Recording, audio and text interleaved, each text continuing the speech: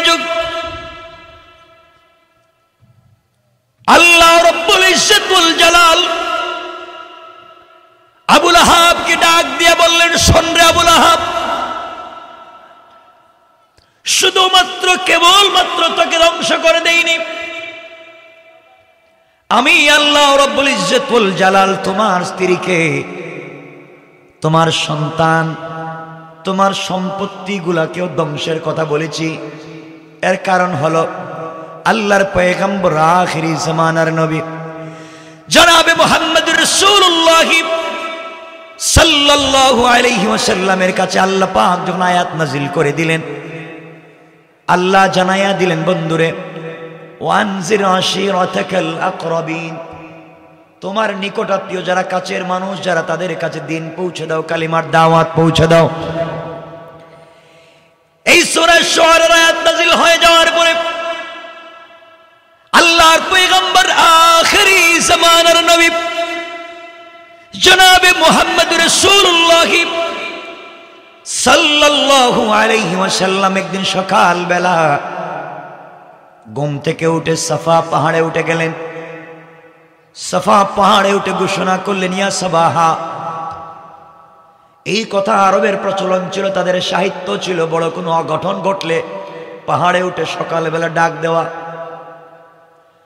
আল্লাহর পয়গম্বর যখন সকালবেলা ঘুম থেকে উঠে ইয়া সাবাহা বলে ডাক দিলেন,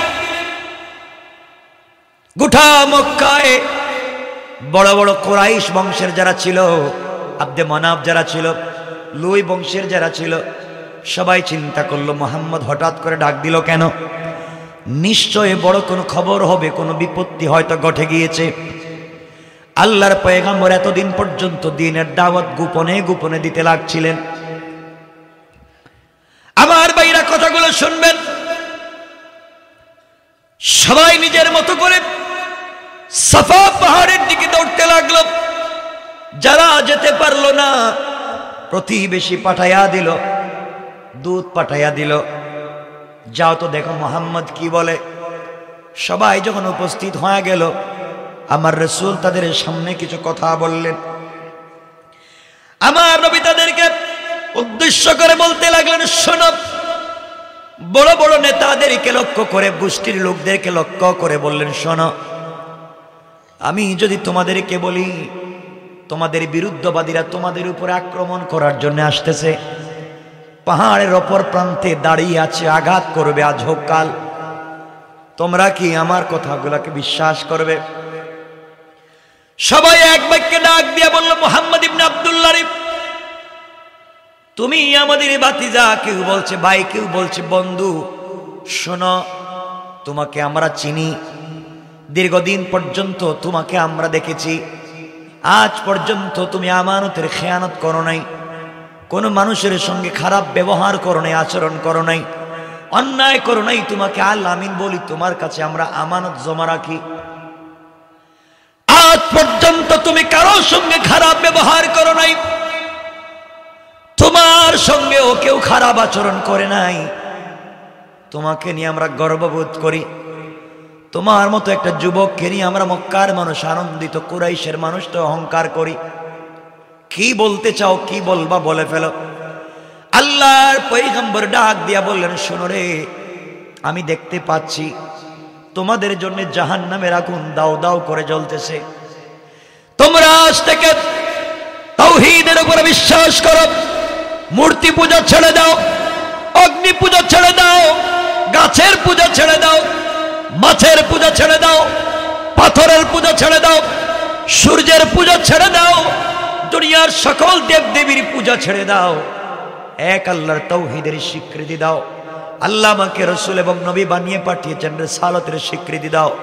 বলো, এই কথার স্বীকৃতি দিলে আসলিম তাসলাম, ইসলাম কবুল করো, শান্তিতে থাকতে পারবা।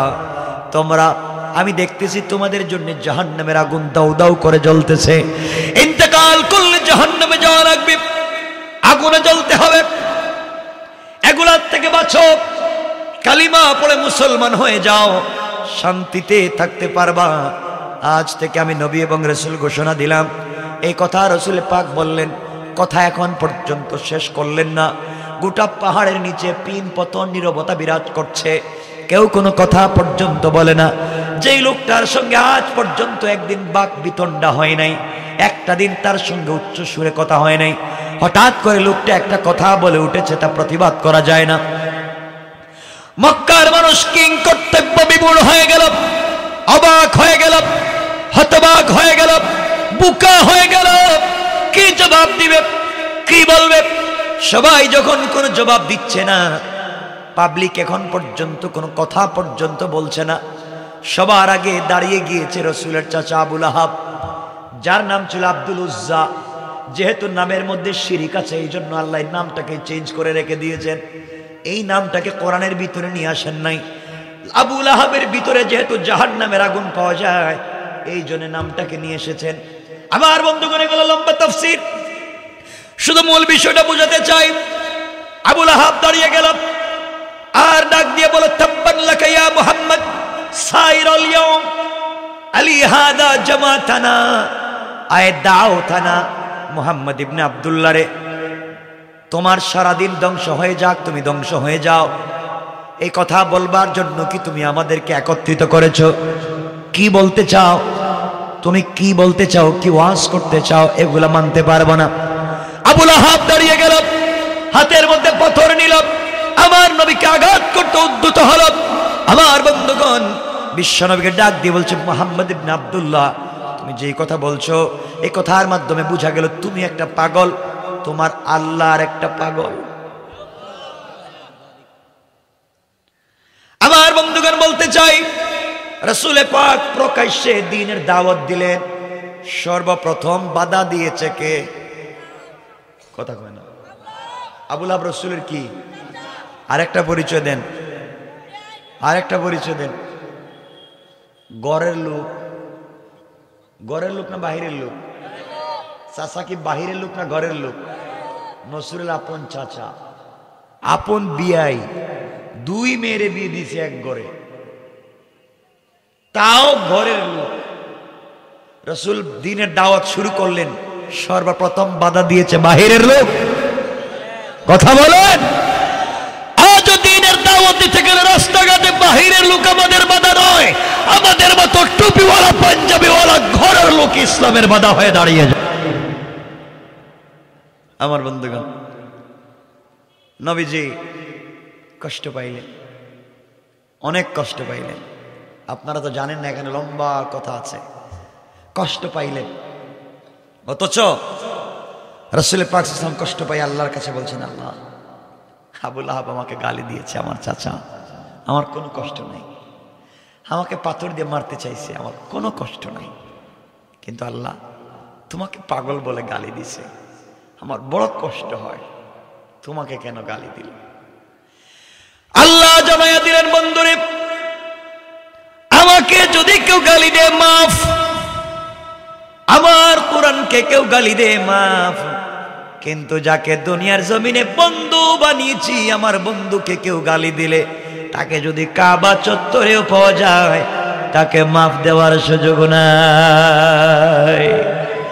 সুতরাং আল্লাহর রাসূলের দুশমনকে কখনো মাফ দেওয়ার মতো কোনো আইন আমরা চাই না। ঠিক কিনা বলেন? কথা মনে বুঝেন না আমার? আমার বন্ধুগণ, আল্লাহ আয়াত নাযিল করে দিলেন। আল্লাহ বললেন, বন্ধু তুমি টেনশন করো না, কষ্ট পেও না। তোমাকে গালি দিয়েছে, তুমি কষ্ট নিও না। রাসূল পাক আল্লাহকে বলছেন, আল্লাহ তাআলা আমাকে গালি দিয়েছে তো কষ্ট পাই নাই, তোমাকে গালি দিয়েছে আমার ভিতরে লেগেছে। আল্লাহ রাব্বুল ইজ্জত ওয়াল জালাল বললেন, আল্লাহ রাব্বুল ইজ্জত ওয়াল জালাল বললেন, বন্ধুরে তুমি কি ভুলে গেছো তোমার চাচাকে আবুল আহাবকে? আবুল আহাব তো সেই লোক, আমার নবীজির জন্মের পরে প্রথম খবরটা আবুল আহাব পাবলিকের কাছে প্রচার করেছে। আবুল আহাব মিষ্টি বিতরণ করেছে। আবুল আহাব পাবলিককে বলছে, আমার ভাতিজা, আমার ভাইয়ের ছেলে, মনে করছিলাম ভাই দুনিয়ার জমিনে নাই, আল্লাহ আমার ভাইয়ের নাম রাখছে। এত বেশি খুশি হয়েছে আবুল আহাব, এত বেশি খুশি হয়েছে রাসূলের জন্মের পরে। আমার বন্ধুগণ, এই আবুল আহাব যখন রাসূল দ্বীনের দাওয়াত দিলেন, তখন বেঁকে গেল। মনে রাখবেন, যতদিন পর্যন্ত আপনি মিষ্টি মিষ্টি কথা বলবেন, সবাই আপনার বন্ধু। যেই দিন আপনি ইসলামের সত্য কথা বলতে যাইবেন, ওই দিন দেখবেন আপনার বন্ধু শত্রু হয়ে গিয়েছে। আমার ভাইরা, এক পর্যায়ে আল্লাহ আয়াত নাজিল করলেন, আবু লাহাবকে ধ্বংস। আস্তে আস্তে করে সংক্ষেপ করে বলতেছি, এই খবর চলে গেছে গা আবু লাহাবের স্ত্রী উম্মে জামিলের কাছে। আয়াত নাজিল হইছে কার উপরে? মুহাম্মদের কাছে আয়াত নাজিল হইছে কি? আয়াত নাজিল হইছে আমার বিরুদ্ধে, তোমারও বিরুদ্ধে, আমরা দুজন ধ্বংস। স্ত্রী দাঁড়িয়ে বলছে, উম্মে জামিল, এই ছেলে দুটো শোনো, এখন যাও, মুহাম্মদের 2 মেয়েকে তোমরা তালাক দিবা আর মুহাম্মদের দাড়ি ধরে মাটিতে ফালাইয়া পিটাইবা। এ কথা বলে হাতের মধ্যে 2টা পাথর নিছে। উম্মে জামিল নবীজির চাচি এবং বিয়াইন, নিজের লোক। কিসের লোক? নিজের লোক। আমার মুসলমান বন্ধুগণ, গভীর মনোযোগ। হাতের মধ্যে পাথর নিয়ে আমার নবীজিকে আঘাত করবার জন্য যায়। আল্লাহর পয়গম্বর, আখেরি জামানার নবী। ওই সময় কাবা চত্বরে হযরত আবু বকর সিদ্দিক রাদিয়াল্লাহু তাআলা আনহুর রানের উপরে মাথা রেখে শুয়ে আছেন, কোরআন তিলাওয়াত করতেছেন। হঠাৎ করে আবু বকর তাকায়া দেখেন উম্মে জামিল রাসূলের চাচি এবং বিয়াইন আসতেছে মারবার জন্য, হাতে 2টা পাথর নিয়ে। আবু বকর ডাক দিয়া বললেন, পয়গম্বর আরবি, একজন মহিলা যদি আপনাকে আঘাত করে, একজন মহিলা যদি আপনার বিরুদ্ধে দাঁড়িয়ে যায়, এর চাইতে লজ্জার, এর চাইতে অপমানের কিছু হতে পারে না। পয়গম্বরে আরবি, আপনি বললে আমি তাকে ইচ্ছা মতো শাস্তি করতে পারি। আপনি যদি আমাকে অনুমতি দেন, আমি তাকে দুনিয়ার জমিন থেকে উঠাইয়া দেব। আল্লাহর পয়গম্বর বললেন, আবু বকর রে, যে আমি যে আল্লাহর জন্য এত এত কষ্ট করি, উম্মে জামিল এসেছে আমাকে আঘাত করার জন্য। আমার আল্লাহ বলেছেন, বন্ধুরে, কেউ যখন তোমাকে আঘাত করতে আসবে, কেউ যখন তোমাকে নির্যাতন করতে আসবে, ওই সময় তুমি আমার কোরআন থেকে তিলাওয়াত করতে থাকবা। আমি আল্লাহ তিলাওয়াতের বরকতে ওই কাফের থেকে তোমাকে হেফাজত করার জিম্মাদার। পড়েন সুবহানাল্লাহ। আমার বন্ধুগণ, উম্মে জামিল কাছাকাছি চলে আসলো। বিশ্বনবী আবু বকরের রানের উপরে মাথা রেখে শুয়ে আছেন। উম্মে জামিল কাছাকাছি এসে নবীজির সামনে দাঁড়ায়া আবু বকরকে ডাক দিয়ে বলছে, আবু বকর, তুমি একা একা বসে আছো, তোমার বন্ধু কোথায়? সুবহানাল্লাহ বললেন। আবু বকর আশ্চর্য হয়ে গেলেন, আল্লাহর পয়গম্বর আমার রানের উপরে মাথা রেখে শুয়ে আছেন, আস্ত একটা মানুষ আমি দেখতেছি। উম্মে জামিল নবীজির সামনে দাঁড়িয়ে আমার নবীকে দেখে না, ব্যাপার কি? সে যখন দেখতে পায় না, আমাকে দেখে, রসুলকে দেখে না, আমি বুঝতেছি না কি হলো। সুতরাং সে যখন দেখে না, আমার বলার দরকার নাই, তিনি বললেন, তুমি খুঁজে দেখো মুহাম্মদ কোথায়। দীর্ঘক্ষণ খোঁজাখুঁজি করে পেল না। যাবার সময় ডাক দিয়ে বলল, আবু বকর রে, তোমার বন্ধুকে বলে দিবা আমি উম্মে জামিল তাকে যেখানে পাবো আঘাত করব, হত্যা করব। হুমকি দিয়ে যখন চলে যাচ্ছে, যখন চলে যায়, আবু বকর আমার নবীকে জড়ায়া কপালে চুম্বন করে চোখের পানি ছেড়ে ডাক দিয়া বলছেন, পয়গম্বরে আরবি, আপনি বলেন তো দেখি, এই মুহূর্তে আপনাকে আমি দেখি, আপনার তেলাওয়াত আমি শুনি, উম্মে জামিল আপনার সামনে দাঁড়িয়ে আমাকে দেখে আপনাকে দেখেন, এর কারণ কি? আল্লাহর পয়গম্বর ডেকে বললেন, আবু বকর রে, আমার আল্লাহ বলেছেন, যখন কোন কাফের আঘাত করবার জন্য আসবে, ওই সময় যদি আমি কোরআন থেকে তেলাওয়াত করি, আল্লাহ বলেছেন, হিজাবাম মাসতুরা, আকাশ থেকে একটা গোপন পর্দা পাঠায়া আমার আর কাফেরের মধ্যখানে পার্টিশন সৃষ্টি করে দেন। এই জন্য কোন কাফের আমাকে দেখতে পারে না। আল্লাহু আকবার। এর প্রমাণ আরেক জায়গায় আছে। কষ্ট হচ্ছে না তো? সবারটা হয়েছে কিন্তু, হ্যাঁ। আর ফজরের নামাজ আমি একা একা পড়ব। কিয়ামতের দিন কইবেন, হুজুর তো ওয়াজ করছে, আমরা কিচ্ছু জানি না। আমি বুঝি এগুলা, কিন্তু কি বুঝাতে চাই শেষ পর্যন্ত আমি শুরু করেছি তাব্বাত ইয়াদা আবি লাহাব, এতটুকুনের কথা বলবো শোনো। আমার বন্ধুগণ, আল্লাহর পয়গম্বর আখিরি জামানার নবী যেই দিন মক্কা ছেড়ে ইয়াসরিবের দিকে মদিনার দিকে হিজরত করবেন, গভীর রাত্রে আল্লাহ এসে জিবরিল এসে বললেন বন্ধুরে উঠাও। আল্লাহ বলছেন ইয়াসরিবের দিকে হিজরত করা লাগবে, মক্কা থেকে মদিনায় যাও। কি বুঝাতে চাই ঘটনা না, কি বুঝাতে চাই দেখো। আল্লাহর পয়গম্বর ঘুম থেকে উঠে গেলেন, ইয়াসরিবের দিকে খেজুর বাগানের দিকে হিজরত শুরু করবেন। হঠাৎ করে আওয়াজ শুনতে পাইলেন, কাফেরেরা বিরুদ্ধবাদীরা পুরো ঘরটাকে বেষ্টন করে রেখে দিয়েছে। বাহির দিক দিয়া বল্লম নিয়ে, নেজা নিয়ে, তীর নিয়ে ঘর থেকে বের হলে আঘাত করবে। আমার নবী আল্লাহকে ডাক দিয়ে বলছেন, আল্লাহ তাআলা আপনি আমাকে বলেছেন ঘর থেকে বের হয়ে যাওয়ার জন্য, আয় আল্লাহ তাআলা আমি কেমনে ঘর থেকে বের হয়ে যাই? কাফেররা আমাকে আঘাত করবে, ঘর থেকে বের হলে মেরে ফেলবে। আপনি বলেছেন ঘর থেকে বের হতে। আল্লাহ বললেন বন্ধুরে তুমি শোনো, তোমাকে ঘর থেকে বের হওয়ার কথা আমি রব বলে দিয়েছি, ঘর থেকে বের হওয়ার দায়িত্ব তোমার, আর তোমাকে হেফাজত করার জিম্মাদার স্বয়ং আমি আল্লাহ। আল্লাহ রাসূল বললেন আল্লাহ তাআলা ঘর থেকে বের হতে পারি, আপনি বলেছেন জিম্মাদার, আপত্তি নাই। ওয়ালাকিন লিয়াতমাইন্না কলবি, কিন্তু অন্তরে শান্তি পাচ্ছি না, কাফেররা তো মারবে। তুমি বাঁচাবে বলছো ঠিকই, কিন্তু মনে শান্তি পাচ্ছি না, কোনো একটা ব্যবস্থা দাও।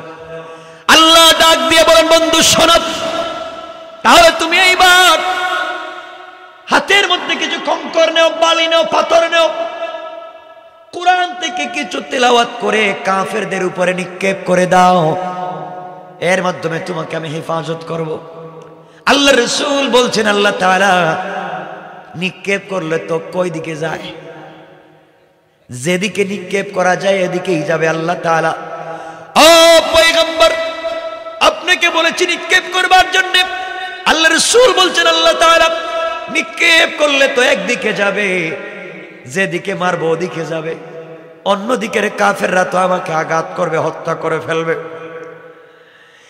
আল্লাহ রাসূলকে আল্লাহ ডাক দিয়া বললেন বন্ধুরে তোমার কাজ হলো নিক্ষেপ করা, আর চতুর্দিকের কাফেরদের চুকে চুকে পৌঁছে দেওয়ার জিম্মাদার স্বয়ং আমি আল্লাহ। বুঝাতে চাচ্ছি রবের সাথে সম্পর্ক রাখলে কি হয়। আমার বন্ধুগণ গভীর মনোযোগ, এক পর্যায়ে আল্লাহর পয়গম্বর হাতের মধ্যে কঙ্কর নিলেন, বালি নিলেন, পাথর নিলেন, যে কোনো জিনিস নিলেন, ঘর থেকে বের হয়ে একদিকে মারলেন, চতুর্দিকের কাফেরদের চুকে পৌঁছে গেল, চোখ রগড়াতে লাগলো, মুছতে লাগলো। রাসূল পাক মদিনায় চলে গেলেন। ঘটনা বলছি না। একদিন আল্লাহ ডাক দিয়ে বলছেন বন্ধুরে বলো তো ওই দিন কেমনে গেলা? নিক্ষেপ তো একদিকে করলা, শুধু সামনের দিকে মারলা, ডাইনে বামে পিছনে কাফেরদের চুকে কেমনে পড়লো তুমি বলো? আল্লাহ রাসূল বলছেন আল্লাহ তাআলা আপনি বলেন। আমার আল্লাহ জবাব দিলেন শোনো, ওয়ামা রামাইতা ইদ রামাইতা ওয়ালাকিন্নাল্লাহ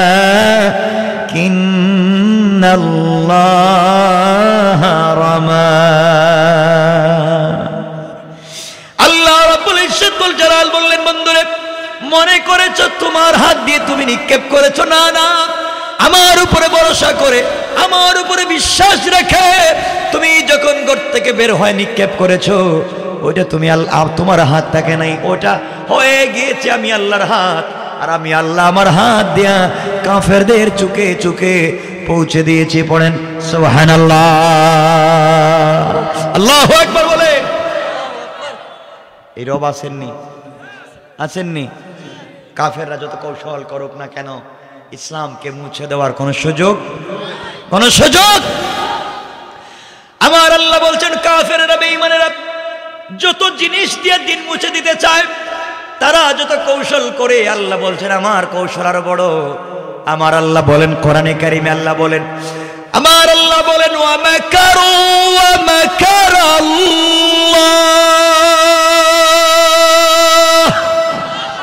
ওয়াল্লাহু খায়রুল মাকিরিন। আল্লাহ রাব্বুল ইজ্জত ওয়াল জালাল ডাক দিয়ে বললেন, দুনিয়ার মানুষেরা, কাফের বেঈমানেরা দিনকে মুছে দেওয়ার যত কৌশল করে, আমি আল্লাহর কৌশল তো আর বড়, আল্লাহর কৌশল আরো বড়। আল্লাহর এক জায়গায় বলেন সূরা নিসায়, ইন্না কাইদাশ শাইতানি কানা দাঈফা। আল্লাহ রাব্বুল ইজ্জত ওয়াল জালাল বললেন, কাফেরেরা ইসলামকে মুছে দেওয়ার যত কৌশল করে না কেন, সবগুলা কৌশল আমি আল্লাহর কাছে মশা মাছির ঘরের চাইতে আরো বেশি দুর্বল। কোন সুবহানাল্লাহ, আল্লাহু আকবার বলেন। কষ্ট হচ্ছে আমার বন্ধুগণ? এক পর্যায়ে আবু লাহাব খেপে গেছে। নবীজি গেলেন উক্কাজের মেলায় দিনের দাওয়াত দিতে। নবীজি সব জায়গায় দিনের দাওয়াত দিতে গেছেন। তুফাইল ইবনে আমর আদ-দাওসী রাদিয়াল্লাহু তাআলা, তখন তিনি বাচ্চা ছিলেন, বাবার সঙ্গে মেলা দেখতে গিয়েছিলেন। গিয়ে শোনেন এক লোক বলতেছে, ও মেলার মানুষ, একটু থামো না গান বাজনা, আসলিম তাসলাম, ইসলাম কবুল করো, শান্তিতে থাকবা। এমন সময় একটা লোক পিছন থেকে বলছে, ও মেলার মানুষ, ও পাগল, ওর কথা শোনা যাবে না। তো তুফাইল বলেন, আমি আমার বাপকে বলছি, আব্বা জান, একটা লোক দেখলাম কত সুন্দর করে কি কি জানি বলতেছে, আর আরেকটা লোক পিছন দিক থেকে বলল, এটা পাগল পাটপার, আপনি বলেন তো, বুঝলাম না এই লোকটাকে। তুফাইল বলেন, আব্বা বলছেন যে লোকটা বলছে আসলিম তাসলাম, এই লোকটার নাম মুহাম্মদ ইবনে আব্দুল্লাহ, আর যেই লোকটা পিছন দিক থেকে বলছে ওটা পাগল, এই হচ্ছে তার চাচা আবু লাহাব। নাউজুবিল্লাহ বললেন না। রাসূল দিনের দাওয়াত দিলেন, বাহিরে বাধা দিছে কে? ঘরের লোক। বাধা দিছে কে? ঘরের লোক। এজন্য আজকে দিনের কাজে সব থেকে বড় বাধা ঘরের লোক, ঠিক কিনা বলেন? বাহিরের মানুষকে দোষ দিয়ে লাভ নাই আমার বন্ধুগণ। তাই যদি হয়, এই জন্যই জমিনকে ঠিক রাখতে গেলে, এই জমিনকে সুন্দর করতে গেলে, এই সমাজকে প্রতিষ্ঠা করতে গেলে আমরা আল্লাহর কাছে বলবো, আল্লাহ তাআলা তুমি বলেছ জমিনের মধ্যে কোনো নবী দিবা না, নবীর রাস্তাকে বন্ধ করে দিয়েছো, আমরা রাজি মানি।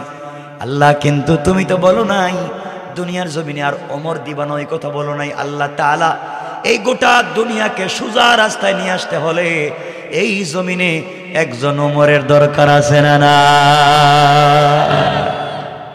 একজন ওমরের দরকার। ওমর কে? ওমর কোন ইউনিভার্সিটির স্টুডেন্ট না, ওমর রাসূলের পাকের ছাত্র, রাসূলের কাছে কোরআন শিখেছেন। আপনারা কষ্ট পায়েন না আমার কথায়? আপনারা কোরআনকে বানিয়েছেন মক্তবে বাচ্চাদের পড়াবার বই, কোরআনকে বানিয়েছেন তাবিজার কবজ দেওয়ার বই, কোরআনকে বানিয়েছেন জানাজার জিয়ারত করার বই, কোরআনকে বানিয়েছেন শবে বরাতের শবে কদরে খতম পড়ার বই, কোরআনকে বানিয়েছেন কেউ মরে গেলে তার বাড়িতে 10 জন মিলে খতম পড়ে 300 টাকা করে পাওয়ার বই। কথা কন না কেন? এগুলা কোরআনে শুধু নাই। আল্লাহ বলছেন তোমরা physiology, biology, chemist, druggist, social science, medical science, general science, Quranic science, math, কোন বিষয় সূর্য ঘুরে না চন্দ্র ঘুরে, দুনিয়ার নিচে কি আছে, আসমানের উপরে কি আছে, পৃথিবীর কোথায় কি আছে, বিজ্ঞান কি বলে, আল্লাহ বলছেন তিবিয়ানান লিকুল্লি শাই, সব কিছুকে পূর্ণাঙ্গভাবে কোরআনে আল্লাহ বর্ণনা করে দিয়েছেন, ঠিক কিনা বলে? কোরআনে আছে না নাই? আমার দিকে তাকা, ওদিকে তাকায় লাভ নাই, দুষ্ট কিছু থাকে আমার বন্ধুগণ। এই জন্য কোরআনকে থিসিস করেন, কোরআন অ্যানালাইজ করেন, কোরআন গবেষণা করেন। বলতে চেয়েছিলাম, মনে উঠে গেল ওমরের কথা। ওমর কোনো ইউনিভার্সিটির স্টুডেন্ট ছিলেন না, ওমর তো ছিলেন উটের রাখাল। কিসের রাখাল? উটের রাখাল। উট প্রস্রাব করত, টয়লেট করত, আর উনি উটের লেজ ধরে বসে থাকত, এমন লোক। এই লোকটা কালিমা পড়ছেন, রাসূলের কাছাকাছি আসছেন, কোরআন শিখছেন, কোরআন বুঝেন। কোরআনে কারিমে সূরা ইব্রাহিম আল্লাহ বলছেন আলিফ লাম রা, কিতাবুন আনজালনাহু ইলাইকা লিতুখরিজান নাসা মিনাজ যুলুমাতি ইলান নূর। কোরআন একটা ম্যাগনেট, কোরআন একটা লাইট। কোরআনের কাছে যারাই আসবে তারাই স্বর্ণ হয়ে যায়, স্বর্ণ খাঁটি হয়ে যায়। সুবহানাল্লাহ, জোরে পড়েন না। হযরত ওমর কোরআনের কাছে আসলেন, ছিলেন উটের রাখাল, হয়ে গেলেন অর্ধ জাহানের খলিফা। লজ্জা হচ্ছে সুবহানাল্লাহ বলতে? মনে হইতেছে এরা মনে রোহিঙ্গা নাকি? তার এত ওয়াজ করতেছি 2 ঘন্টা হয়ে গেছে। সুবহানাল্লাহ, জোরে আওয়াজ করে বলেন তো সুবহানাল্লাহ। ঠিক আছে, মানে আমি বক্তা না তো যে আমি একাকে ছিলাম আর আপনারা বসে থাকবেন না।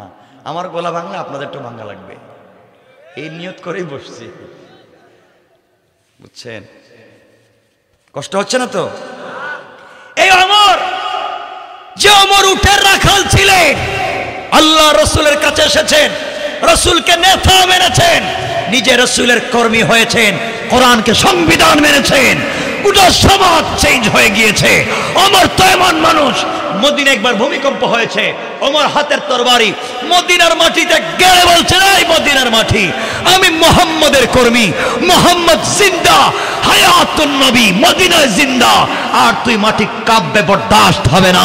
মনে রাখবেন, কিয়ামত পর্যন্ত মদিনায় আর ভূমিকম্প হবে না। তার নাম তো ওমর। কোরআনের কাছে আসছে ওমর, কি হয়েছে? ওমর মদিনার মসজিদে দাঁড়িয়ে খুতবা দিচ্ছেন, জুমার খুতবা। 800-900 মাইল দূরে হযরতে সারিয়া যুদ্ধ করছে। ওমর ডাক দিয়ে বলছেন, ইয়া সারিয়া আল জাবাল, আল জাবাল। আওয়াজ দিয়েছেন 700-800-900 মাইল দূরে, তার আওয়াজ আল্লাহ পৌঁছে দিয়েছেন। কথা বলবো ওমরের? ওমর তো এমন মানুষ, রাত্রে কে কি স্বপ্নে দেখে ওমর জানে, ওমর জানে। আরে হযরত ওমরের এই কথা তো আরো লম্বা। রাত্রে কে কি স্বপ্নে দেখে ওমর জানে। ওমর তো এই মানুষ, যেই মানুষ কাউকে ধরে বলছে, এই তোর হাতে কি? মদের বোতল। ভয় পেয়ে বলছে দুধের বোতল, হাতে নিয়ে দেখা যায় আসলেই দুধের বোতল। কি বুঝলেন? কোরআন কার নাম? কোরআন একটা ম্যাগনেট, বুঝলেন না তো? কোরআন কি? একটা ম্যাগনেট, চুম্বক।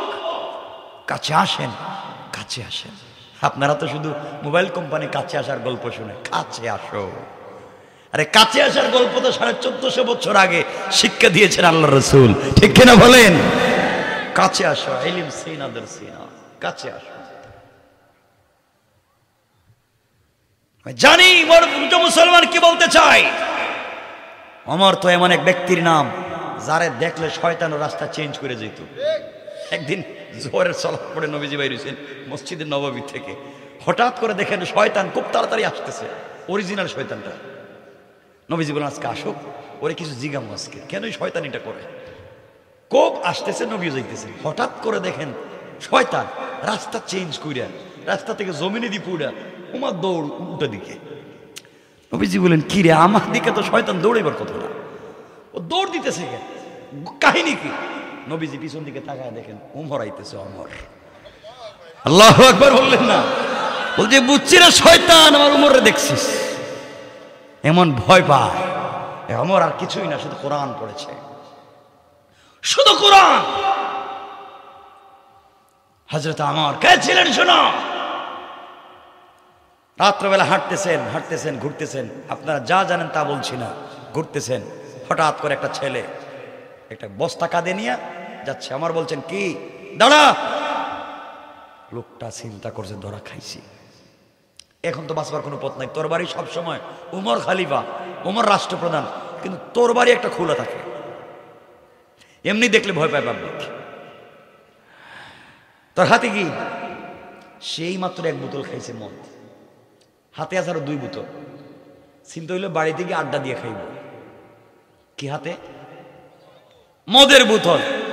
আমার বলছেন, এই বোতলে কি? গরম দুধ। গরম দুধ মানে এত রাত্রে গরম দুধ তৈরি করি? আমার আব্বা দিছেন, আমার বোনটা অসুস্থ, তাড়াতাড়ি দুধ নিয়ে যাইতে বোঝাইতেছি। এ চিন্তা করছে, ভালো মানুষ তো অমর, দুধের কথা বললে কি আর ধর্ম নাকি ছেড়ে দিব। আমার বলতেছে, ব্যাগটা আমার কাছে একটু পরীক্ষা করে দেখি। ও তো চিন্তা করছে, এবার খাইছে ধরা। তা তো 1 নাম্বার তো মদ, তা বলছি দুধ, তাহলে তো বাঁচবার কোন পথই নেই। মরছি তো মরছি, মাথাটাও হারাইছে আজকে। স্যার পায়ে ধরে মাপসাই, এটা দুধই, আপনি দেখবার দরকার নেই, দেরিও জিতেছে। বলছেন বোতল দে একটু দেখি। যুবকটা আল্লাহকে বলছে, আল্লাহ আমি যে আজরাইলের সামনে পড়ছি, বাঁচবার কোনো আশা ভরসা নাই। আল্লাহ এক কাজ করেন, আপনি জীবনে যা মদ খাইছে সব ভুল, ওয়াদা দিলাম তোমার উমরের সামনে খাড়াইয়া, মনে হইতেছে আমার অরিজিনাল টাটকা আজরাইল আমার সামনে দাঁড়াই আছে। আল্লাহ কথা দিলাম আজকের পর আর মদ খাইতাম না, জীবনে যা বদমাইশি করছে সব বাদ, আজ থেকে পাক্কা ইমানদারের ওয়াদা দিলাম, তুমি শুধু উমর থেকে আমারে বাঁচাও। কথা দিলাম আর মিস্টেক হবে না, উমর থেকে বাঁচাও। আর মদের দুধ কিছু, মদ থেকে বাঁচাও, উমর যেন হাতে না নেয়। এটা দোয়া করছে, উমর সব বোতল দে। বেচারা কি করবে, শেষ পর্যন্ত বোতল হাতে দিচ্ছে। হযরত ওমর বোতলটা টান দিয়ে খুলছে, খুলেই দেখে গরম দুধ। আল্লাহু আকবার। ওমর বলেন, যা বাচ্ছিস, ঠিক মতোই বলছিস, দুধ দেখতেছি। ও ধরছে পায়, হুজুর স্যার মদ ছিল, দুধ ছিল না, আপনার ভয় আল্লাহর কাছে দোয়া করছি, আল্লাহ মদরে দুধ বানাই দিছেন। ওমর বোতল রাইকা কয়, ভাই তোর কাছে মাফ চাই, তুই আমার জন্য একটু দোয়া কর। তোর দোয়া যেমন ডাইরেক্ট কবুল হয়ে যায় তা তো জানি না, আমার চাইতে তো তুই আরো বহুত বড় পীর, তুই আমার জন্য দোয়া কর। আমার তো এই মানুষের নাম।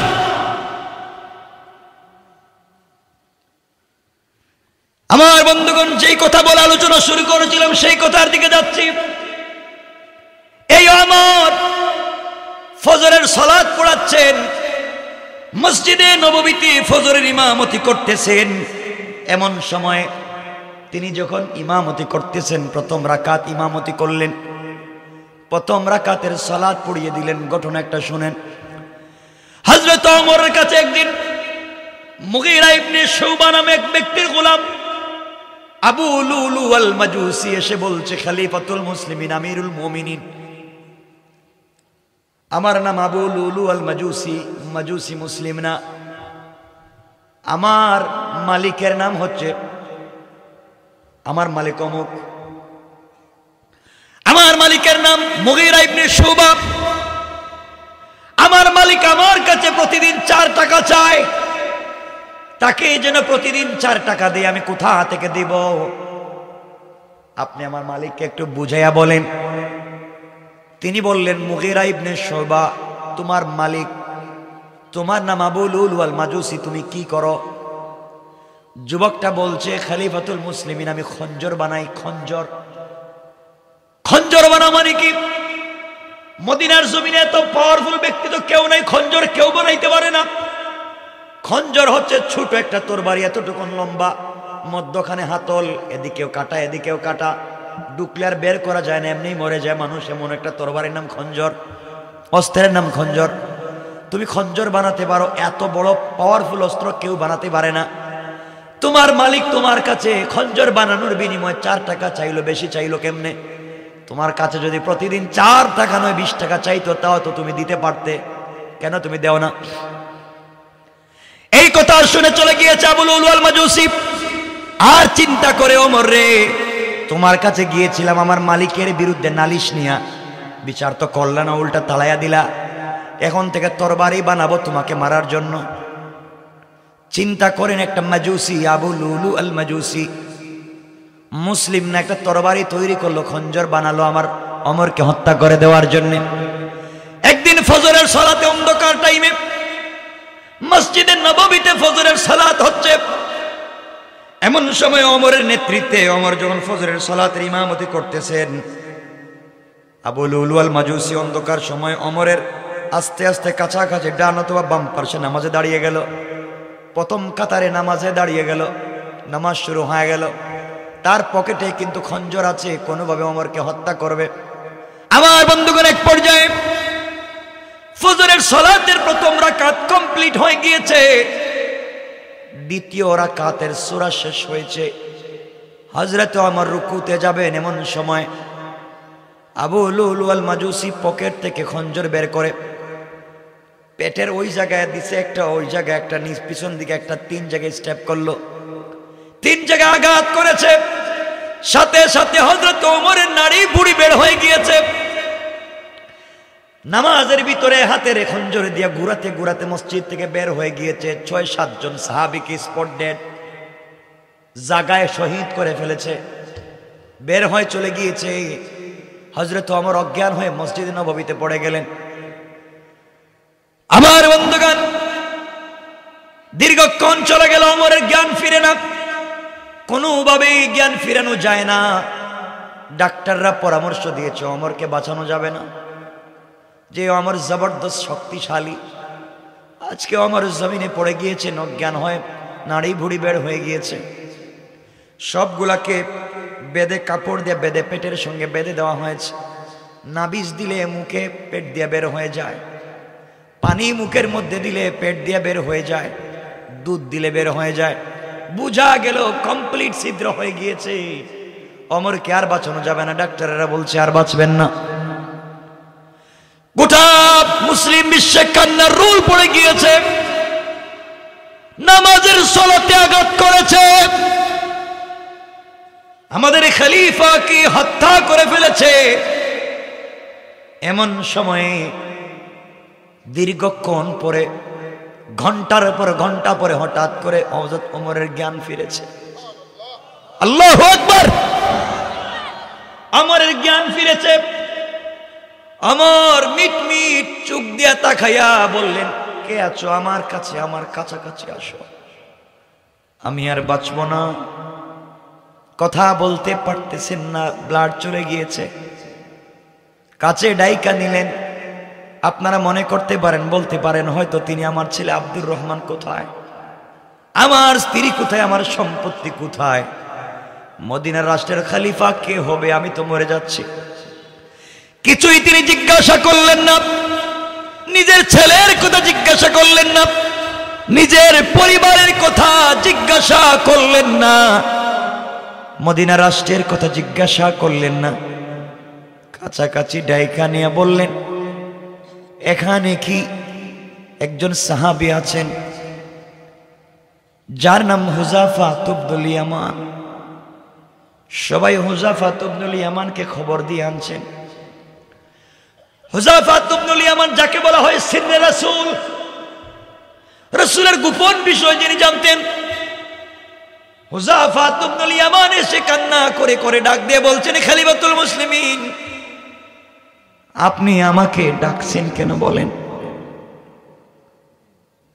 হযরতে ওমর বলছেন, হুযাফা ইবনুল ইয়ামান, বলো তো, আমি জানি রাসূল ইন্তেকালের আগে মুনাফিকদের একটা লিস্ট তোমার কাছে দিয়েছেন। তোমার কাছে একটা লিস্ট আছে কারা মদিনার মুনাফিক। তোমার পায়ে ধরি ভাই, আমি মরে যাব, তোমার লিস্টে কি আমি ওমরের নামটা রাসূল বলেছে? ওমর মুনাফিক কিনা বলা। হুযাফা ইবনুল ইয়ামান কান্না করে বলছেন, ওমর কি বলতে চাও? আল্লাহর রাসূল বলেছেন তারপরে নবী হলে ওমর হতো। তোমার কথার উপরে ভিত্তি করে আল্লাহ কোরআনের 12-13টা আয়াত নাজিল করেছেন তোমার ফয়সালার ভিত্তিতে। তুমি কেমনে কথা বললে? এবার ওমর সবাইকে বলছেন, শোনো, বাঁচব না নির্ঘাত। আমি তোমাদের কাছে জানতে চাই, আমার নেতৃত্বে যে ফজরের সালাত শুরু হয়েছিল, আমার ইমামতিতে যেই ফজরের সালাত তোমরা শুরু করেছো, আমার অসুস্থ হয়ে যাওয়ার পরে, মসজিদে পড়ে যাওয়ার পরে তোমরা কি সেই সালাত কমপ্লিট করতে পেরেছো? রাসূলের জীবনের শেষ কথা ছিল সালাত, আসসালাতু আলা ওয়াক্তিহা। আমি ওমর নির্ঘাত মরে যাব, বাঁচব না। বলো, আমার পরে যে রাকাতটা রয়েছে, দ্বিতীয় রাকাত কি তোমরা কমপ্লিট করতে পেরেছো? কিয়ামতের দিন আল্লাহ যদি বলেন, ওমর রে, তুমি কেন আমার সালাতকে কমপ্লিট করলে না? বলো তো, তোমরা কি নামাজকে কমপ্লিট করেছো? সাহাবায়ে কেরাম বললেন, খলিফাতুল মুসলিমিন, টেনশন করবেন না, আপনি পড়ে যাওয়ার পরে আপনার জায়গায় আমরা আব্দুর রহমান বিন আউফ রাদিয়াল্লাহু তাআলা আনহুকে দাঁড় করাইয়া আমরা পরের রাকাত ইমামতিতে শেষ করেছি, কমপ্লিট নামাজ শেষ হয়েছে। এবার ওমর বলেন আমার হাতটা উপরের দিকে উঠিয়ে দাও। সবাই মিলে ওমরের হাত উপর দিকে উঠে ধরছেন। ওমর বলেছেন আল্লাহ তুমি সাক্ষী থাকো, ওমর এখন ইন্তেকাল করবে, বাঁচবে না। ওমর ইন্তেকালের আগেও তোমার সালাতকে মসজিদে নববীতে কায়েম করে আসতেছে। আমার বন্ধুগণ, আজ আমাদের মধ্যে সেই সালাত নাই, দুনিয়ার জমিনে বিভক্ত হয়ে গিয়েছি।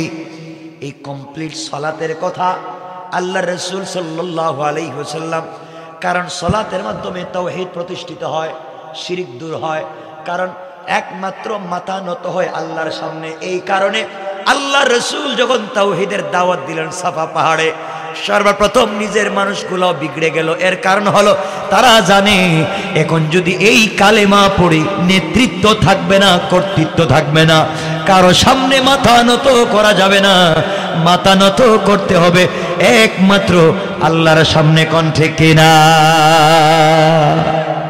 এই জন্য এরা বিগড়ে গেছে। আজকে আমরা সেই সালাতকে বুঝিনি, রাসূল পাকের কমপ্লিট দাওয়াতকে আমরা বুঝিনি। সুতরাং লম্বা করতে চাই না, সবাই বিগড়ে গিয়েছে। যে মানুষগুলো আলামিন বলেছে, যে মানুষগুলো বিশ্বস্ত বলেছে, যে মানুষগুলো নিজের মানুষ মনে করেছে, এই মানুষগুলো বিগড়ে গেল কালিমার দাওয়াত দেওয়ার কারণে। তারা বুঝেছে এই কালিমার পাওয়ার কি। ঠিক কিনা বলেন? আমরা বুঝিনি, আমরা পনে একটা হয়ে গিয়েছে। আপনাদের কষ্ট হচ্ছে, আমি আর লম্বা করবো না ভাই, না লম্বা করা যাবে না, না না না না, আর 2 ঘন্টা হয়ে গেছে, কিন্তু বলেন কোন? না না লম্বা করবো না। এখন শেষ কথা আমি আলোচনা এখানে রেখে দিতে চাই। আপনারা বসেন, বসে আছেন, একটা হয়ে গেছে, এ তো ঠান্ডার মধ্যে বসে আছেন, এটাই ভালো। কষ্ট হচ্ছে না তো আপনাদের? না তো বলবেন জানি। আলোচনা আমি এখানে রেখে দিতে চাই। যাওয়ার না বাবা, না হয়তো, আরে শোনেন না, আরে শুনেন, তাফসীরি আলোচনা এখানে রাখলাম, শুধু কালিমা। আপনাদেরকে একটা বিষয় বুঝাতে চাই, আমরা জান্নাতে যেতে চাই না? একটু হাত উঠে দেখেন কারা যাইতে চান না। ওরে আল্লাহ রে, এই আবেগ দেখতেছি এখনো কাজ করতেছে, বাস্তবতে আনতে পারি নাই।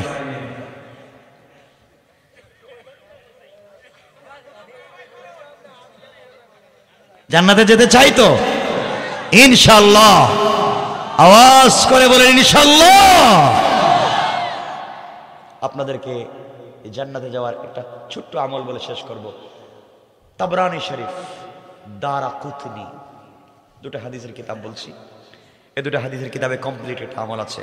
হযরত রাসূল পাক সাল্লাল্লাহু আলাইহি ওয়াসাল্লাম আলীকে বলেছেন, আলীকে এই আমলটা আপনারাও করবেন, বিনা হিসেবে জান্নাতে যাবেন।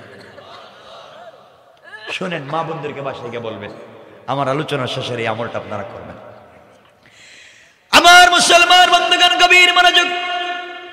আল্লাহর পয়গম্বর একদিন মসজিদে নববীতে বসা, সাহাবায়ে কেরাম বসা, সকল সাহাবায়ে কেরাম বসে আছেন। নবীজি আলীকে ডাক দিয়া বলেন, আলী আসো আসো, কাছে আসো। হযরত আলী আল্লাহর রাসূলের কাছে পৌঁছে গেলেন। কাছে বসবার পরে আমার নবীজি আলীকে ডাক দিয়ে বলছেন, আলী রে, ও আলী, তুমি কি জান্নাতে যেতে চাও? আলী বলছেন, অবশ্যই জান্নাতে যেতে চাই। আল্লাহর রাসূল বললেন, আলী রে, জান্নাতে যদি যেতে চাও, প্রতি রাত্রে তুমি 4000 দিনার আল্লাহর রাস্তায় দান করে তারপরে ঘুমাইবা। ও আলী, প্রত্যেক রাত্রি তুমি যদি 4000 দিনার আল্লাহর রাস্তায় দান করে ঘুমিয়ে যাও, কথা দিলাম তোমাকে আমার হাতে হাউজে কাউসারের পানি পান করাবো। কিয়ামতের দিনে আল্লাহর আরশে আজিমের নিচে জায়গায় ছায়ায় বসে বসে বিনা হিসাবে জান্নাতে যেতে পারবে। কোন সুবহানাল্লাহ। আলী বললেন, পয়গম্বরে আরবি, প্রত্যেক রাত্রি 4000 দিনার 4000 টাকা দান করতে হবে। আমার তো 1 মাসে ঘরের চুলায় আগুন জ্বলে না, 1 মাস চলে যায় ঘরের চুলায় আগুন জ্বলে না, আর আপনি বলতেছেন প্রতি রাত্রে 4000 দিনার দান করতে হবে জান্নাতে যেতে হলে। আল্লাহর রাসূল বললেন, শোনো রে আলী, তুমি যদি প্রতি রাত্রে ঘুমাতে যাওয়ার আগে, বেডে যাওয়ার আগে 4 বার সূরা ফাতিহা পড়ে ঘুমিয়ে যাও, 4 বার সূরা ফাতিহা পড়লে 4000 দিনার আল্লাহর রাস্তায় দান করার সওয়াব পেয়ে যাবে। আল্লাহু আকবার। তো সহজ ইসলামের পরে মানতে চাইবেন হালকা হুজুর কি কোন আপনি আর কিছু কোন। এবার আমার নবী বললেন আলী রে তুমি যদি বিনা হিসাবে জান্নাতে যেতে চাও, আমার সঙ্গে জান্নাতুল ফিরদাউসে থাকতে চাও, ও আলী প্রত্যেক রাত্রে অবশ্যই অবশ্যই তুমি 30 পারা কোরআন খতম করে ঘুমাইও। আলী বলছেন পয়গম্বরে আরবি প্রত্যেক রাত্রে যদি 30 পারা কোরআন পড়তে যাই তাহলে ঘুমাইমু কখন? আল্লাহ রাসূল বলেন আলী রে বেডে যাওয়ার আগে 3 বার যদি সূরা ইখলাস বিসমিল্লাহ সহ পড়ে ঘুমিয়ে যাও, তোমার আমল নামায় আমার আল্লাহ 30 পারা কোরআন খতমের সওয়াব দিয়ে দিবেন। কোন সুবহানাল্লাহ। এবার আলী বললেন আল্লাহর পয়গম্বর আরো কিছু আমাকে আপনি উপদেশ দেন। আল্লাহ রাসূল বলেন আলী তাহলে শোনো, 3 নাম্বার ওসিয়ত হলো, 3 নাম্বার উপদেশ হলো আলী রে তুমি ঘুমানোর আগে জান্নাতের মূল্য পরিশোধ করে ঘুমাও। জান্নাতের মূল্য না দিয়ে ঘুমাতে যাও না, বিপদ আছে। হযরতে আলী বলছেন পয়গম্বরে আরবি জান্নাতের মূল্য আমি দেব কেমনে? আপনিই তো বলেছেন জান্নাতের এক একটা পাথর গোটা আসমান জমিন বিক্রি করে দিলেও হবে না। জান্নাতের এক একটা পাথর এক একটা দামি জিনিস দুনিয়া বিক্রি করে দিলেও হবে না। আমি কেমনে জান্নাতের মূল্য পরিশোধ করে ঘুমাবো? পয়গম্বরে আরবি আপনি বলেছেন জান্নাতের ভিতরে জবরদস্তি ইয়াকুত মণিমুক্তা পাথর দিয়ে তৈরি করা হবে ঘর। এক একটা পাথর আসমান জমিন লৌহ কলম আরশ কুরসি সব বিক্রি করলেও দাম হবে না।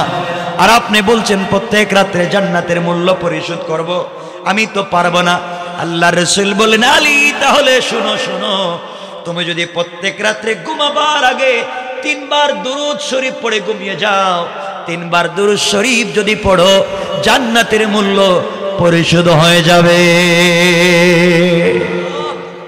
সাহাবায়ে কেরাম বলতেছেন ঠিক আছে আজকের ওয়াজ সহজ জান্নাতে যাওয়া যায়। আমার বন্ধুগণ দারাকুতনিতে লিখে মনে রাখবেন, দারাকুতনিতে হাদিস নিয়ে এসেছেন হযরতে আলী বলছেন ইয়া রাসূলুল্লাহ আমাকে আরো কিছু ওসিয়ত করুন।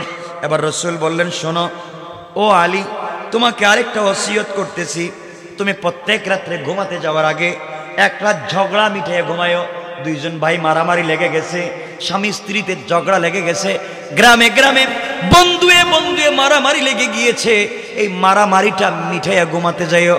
হযরতে আলী বলছেন পয়গম্বর প্রতিদিন কি মারামারি হয়? আমি কই খুঁজবো মারামারি? প্রতিদিন কোথায় মারামারি হচ্ছে আমি কোথায় গিয়ে খুঁজবো?